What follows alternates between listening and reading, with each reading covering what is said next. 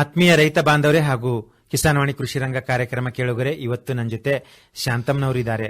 ಇವರು ಡಿಜೆ ಹಳ್ಳಿ ರೋಡು, ಭದ್ರಾವತಿ ತಾಲೂಕಾ ಇಲ್ಲಿನ ಒಬ್ಬ ನಿವಾಸಿಯಾಗಿದ್ದು ರೈತ ಮಹಿಳೆಯಾಗಿದ್ದಾರೆ.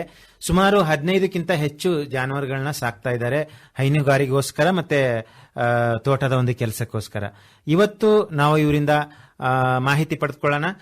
ಪ್ರಥಮವಾಗಿ ಭದ್ರಾವತಿ ಆಕಾಶವಾಣಿ ಕೇಂದ್ರದಿಂದ ತಮಗೆ ಸ್ವಾಗತ ಕೋರುತ್ತಾ ನಮಸ್ಕಾರಮ್ಮ. ನಮಸ್ಕಾರ ಸರ್. ಹೇಳಿ ಅಮ್ಮ, ಈ ಜಾನುವಾರುಗಳು ಎಷ್ಟು ವರ್ಷದಿಂದ ತಾವು ಸಾಕ್ತಾ ಇದ್ದೀರಾ? ನಾವಾಲೆ ಒಂದು 30 ವರ್ಷದಿಂದ ಸಾಕ್ತೇವೆ ಸರ್. ಅಂದ್ರೆ ಮದ್ವೆ ಆದ್ಮೇಲೆ ಗಂಡನ ಮನೆಗೆ ಬಂದಾದ್ಮೇಲೆ ಸಾಕ್ತಾ ಇರೋದು. ತಮ್ಮ ತವ್ರ ಮನೆಯಲ್ಲಿ ಹಾಸನ್ ಇತ್ತು ಅಲ್ಲ, ಅಲ್ಲಿ ಕೂಡ ಓದ್ತಾ ಇದ್ದೆ ಸರ್. ಅವಾಗ ಓದ್ತಾ ಇದ್ದೀರಾ? ಅವಾಗ ಎಲ್ಲಿ ತನಕ ಓದಿದ್ರಿ? ನಾವ್ SLC. SLC ಪಾಸ? ಪಾಸ್. ಯಾಕೆ ಮುಂದೆ ಓದ್ಲಿಲ್ಲ? ಮದುವೆ ಮಾಡ್ಕೊಟ್ರಲ್ಲ ಸರ್ ಅವಾಗೆಲ್ಲ.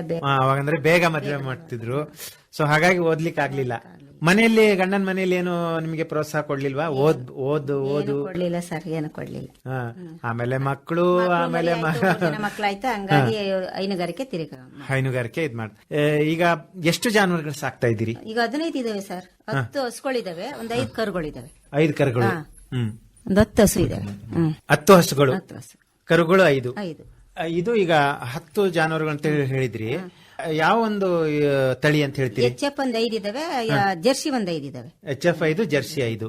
ಇದು ಏನು ಗಂಡನ ಮನೆಯ ಆಸ್ತಿನಾ ಅಥವಾ ನೀವು ಲೋನ್ ಮಾಡಿ ತಗೊಂಡಿದ್ದೀರಾ? ನಾವು ಗಂಡನ ಮನೆ ಇದೆ ಸರ್, ಈಗ ಲೋನ್ ತಗೊಂಡಿರೋದಷ್ಟೇ. ಮೊದ್ಲಿಂದ ಹಸು ನಾವು ಗಂಡನ ಮನೆ, ನಾವು ದುಡ್ಡು ತಗೊಂಡಿರೋದು. ನೀವೇ ದುಡ್ಡು, ಇಬ್ರು ಗಂಡ ಹೆಂಡತಿ ದುಡ್ಡು ತಗೊಂಡಿದ್ದೀರಾ. ಜೊತೆಗೆ ಈಗ ತೋಟ ಅಂತೂ ಕೂಡ ಹೇಳಿದ್ರಿ. 1 ಎಕರೆ ಐತಿ, ಅದ್ರಲ್ಲಿ ಹಂದಿ ಫಾರಂ ಮಾಡಿದೀವಿ ಸರ್. ಈಗ ಅದು 30 ವರ್ಷದಿಂದ. ಎಷ್ಟಿದಾವೆ? ಅದು ಒಂದು 80 ಇದೆ ಸರ್. 80 ಇದಾವೆ. ಯಾವ ತಳಿ ಅದು? ಅದೇ ಫಾರಂ ಹಂದಿ, ಬಿಳಿ ಫಾರಂ. ಬಿಳಿ ಇದು ಅಂದ್ರೆ ತಳಿ ನಿಮ್ಗೆ ಗೊತ್ತಿಲ್ಲ. ಎಲ್ಲಿಂದ ತಗೊಂಡ್ ಬಂದಿದ್ರಿ? ನಾವೇ ಸಣ್ಣ ಹಾಸನದಲ್ಲಿ ತಂದಿದ್ದು, ಸಣ್ಣ ಮರಿ ಒಂದು 5 ತಂದಿದ್ದು. ಈಗ ಒಂದು 80 ಆಗಿದೆ. 80 ಆಗಿದಾವೆ. ಅದಕ್ಕೆ ಯಾವ ರೀತಿಯಿಂದ? ಮನೇನೆ ಕಟ್ಟಿ, ತೋಟದಲ್ಲೇ ಕಟ್ಟಿದೀವಿ ಸರ್. ಗೂಡು ಕಟ್ಟಿದೀರಾ? ಕಟ್ಟಿದೀವಿ. ಗೂಡು ಅಂತಂದ್ರೆ ಯಾವ ರೀತಿಯಿಂದ? ಈಗ ಕೋಳಿಗಳಿಗೆ ಹೆಂಗ್ ಇದು ಮಾಡ್ತಾರೆ ಆ ತರ ಸೇಪಣ್ ಗೋಡೆ ಹಾಕಿ, ಗಬ್ಬದ ಒಂದ್ ಕಡೆ, ಮರಿವೆ ಒಂದ್ ಕಡೆ, ಹೆಣ್ಣು ಒಂದ್ ಕಡೆ, ಗಂಡು ಗಂಡು ಎಲ್ಲ ಬೇರೆ ಬೇರೆ ಸಪರೇಟ್ ಮಾಡಿದೀವಿ ಸರ್. ಏನ್ ಆಹಾರ ಕೊಡ್ತೀರಮ್ಮ? ಅದು ಗಾರ್ಮೆಂಟ್ಸ್ ಇಂದ ಮೊಸರು ತಗೊಂಡ್ಬರ್ತೀವಿ ಸರ್. ಪ್ರತಿ ದಿವಸ ತಗೊಂಡ್ಬರ್ತೀವಿ. ಅಲ್ಲಿ ಸಿಗುತ್ತೆ ಸರ್, 1 ಟನ್ ಅಷ್ಟು ಸಿಗುತ್ತೆ ಮುಸ್ರೆ. ಅಷ್ಟೇ ಸಾಕಾಗುತ್ತೆ? ಸಾಕು ಸರ್, ಅದೇ ಬೇಕಾದಷ್ಟು ಆಗುತ್ತೆ. ಆಮೇಲೆ ತರಕಾರಿ, ತರಕಾರಿ. ಇದ್ರ ಜೊತೆಗೆ ಈಗ ಮತ್ತೆ ತೋಟದಲ್ಲಿ ಏನಾದ್ರು ಬೆಳ್ಕೊಂಡಿದ್ದೀರಾ? ಬೆಳೆದಿದ್ದೀವಿ ಸರ್. ಅಡಿಕೆ ಬೆಳೆದಿದ್ದೀವಿ. 1 ಎಕರೆದಲ್ಲಿ ಅಡಿಕೆ ಮಾತ್ರ? ಅಡಿಕೆ ಒಂದ್ ಸ್ವಲ್ಪ, ಅದೇ ಹಂದಿ ಫಾರಂ ಒಂದು. ಅಡಿಕೆ ಮಧ್ಯದಲ್ಲಿ ಏನಾದ್ರು ಮಧ್ಯಂತರ ಬೆಳೆಯಾಗಿ ತೆಂಗಿನ ತೋಟ ಐತೆ ಸರ್, ಪಕ್ಕ ಸುತ್ತ ಹಾಕಿದ್ವಿ. ಅಂದ್ರೆ ಬದುಗಳು ಸುತ್ತಮುತ್ತ ಹಾಕಿದೀವಿ. ಎಷ್ಟಿದಾವೆ ತೆಂಗಿನ ತೋಟ? 20 ಗಿಡ ಐತೆ ಸರ್ ಅಷ್ಟೇ. ಫಲ ಕೊಡ್ತದೆ? ಫಲ ಕೊಡ್ತಾ ಇದೆ. ಅಡಿಕೆ ಎಷ್ಟು ವರ್ಷದಿದೆ? ಅಡಿಕೆ ಅಲ್ಲೇ ಫಲ ಬಂದೈತೆ ಸರ್. ಫಲ ಬಂದೈತೆ. ಎಷ್ಟು ಮೊದಲನೇ ಫಲನಾ ಇದು? ಇದೇ ಮೊದಲನೇ ಫಲ ಸರ್. ಹೆಂಗೆ ಬಂದಿದೆ? ಈಗ ಯಾವ ರೀತಿಯಿಂದ ಬಂದಿದೆ? 50 ಚೀಲನೇ ಎಷ್ಟು ಆಗೈತಂತೆ ಸರ್ ಈ ವರ್ಷ. ಅಂದ್ರೆ ಮೊದಲನೇ ಬೆಳೆ ತಗೊಳ್ತು, ಮೊದಲನೇ ಫಲ ನೀವು ಬೆಳೆದಾದ್ಮೇಲೆ. ಏನ್ ಗೊಬ್ಬರ ಹಾಕ್ತಿರಿ?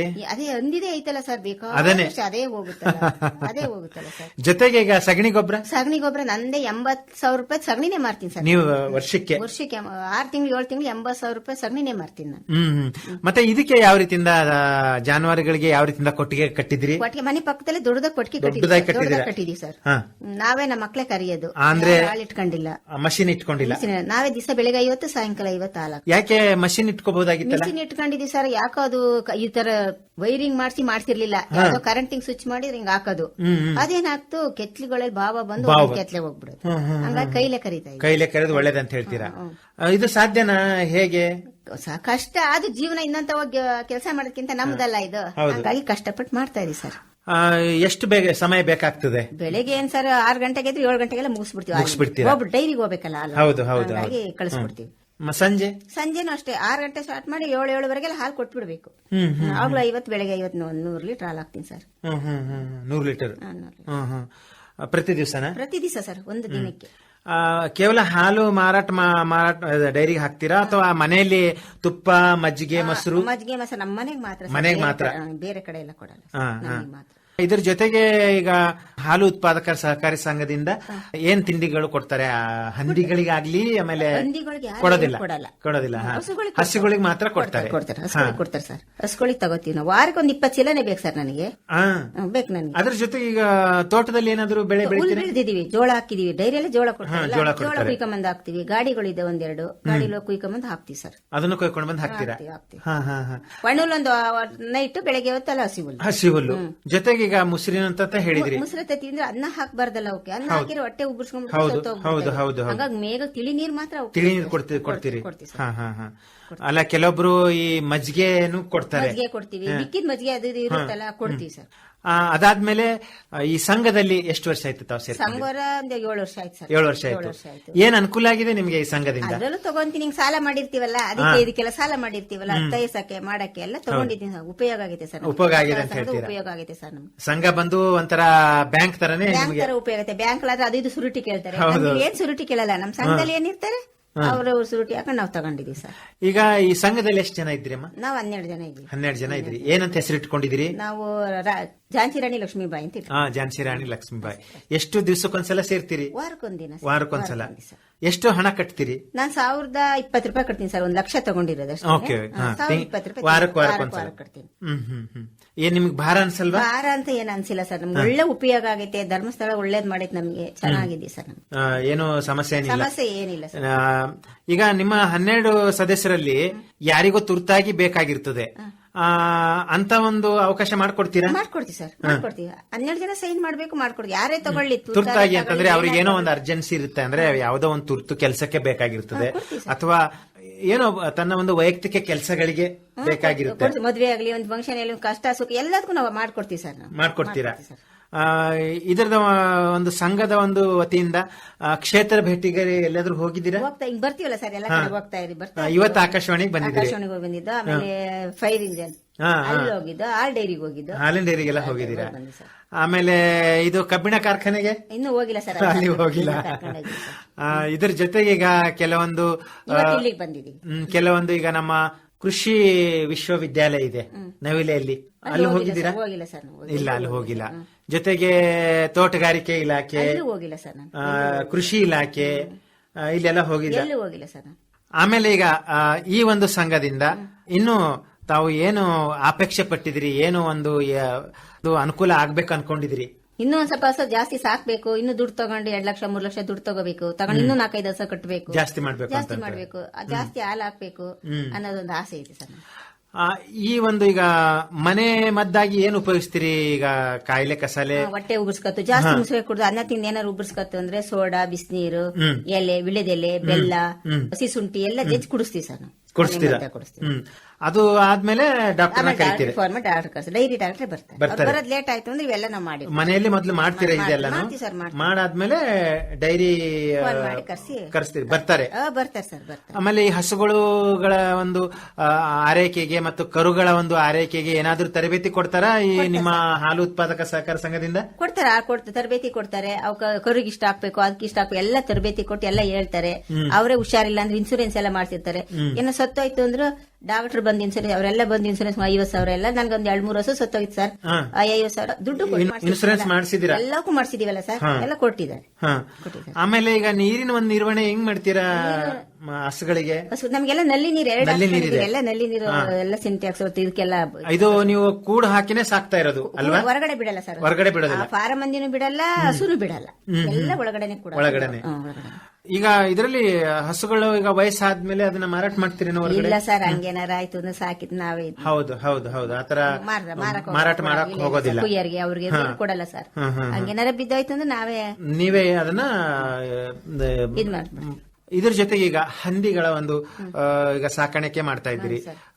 ಇದಕ್ಕೆ ಈಗ ಯಾವ ಒಂದು ರೋಗ ರುಜಿನಗಳು ಬರ್ತವೆ ಅಂತ ಹೇಳ್ತೀರಾ ನಿಮ್ಮ ಒಂದು ಅನುಭವದಲ್ಲಿ? ಅದೇ ಮೈಯೆಲ್ಲ ಗುಳ್ಳೆ ಆಗೋದು, ಅವಕ್ಕೂ ಹೊಟ್ಟೆ ಉಬ್ಬಿಸ್ಕೊಳ್ಳೋದು, ಆಮೇಲೆ ಕಾಲ್ ಜರ, ಬಾಯಿ ಜರ ಅವಕ್ಕೂ ಬರುತ್ತೆ. ಅವಕ್ಕೂ ಡಾಕ್ಟರ್ಗಳ ಗವರ್ಮೆಂಟ್ ಹಾಸ್ಪಿಟಲ್ ಡಾಕ್ಟರ್ ಇದ್ದಾರೆ, ಅವರು ಹೇಳಿದ್ರೆ ಬರ್ತಾರೆ, ಬಂದು ಇಂಜೆಕ್ಷನ್ ಎಲ್ಲ ಕೊಡ್ತಿಲ್ಲ, ಅವರೇ ಕೊಟ್ಟೋದು ನಾವೇ ಮಾಡ್ತೀರಿ ನೀವೇ.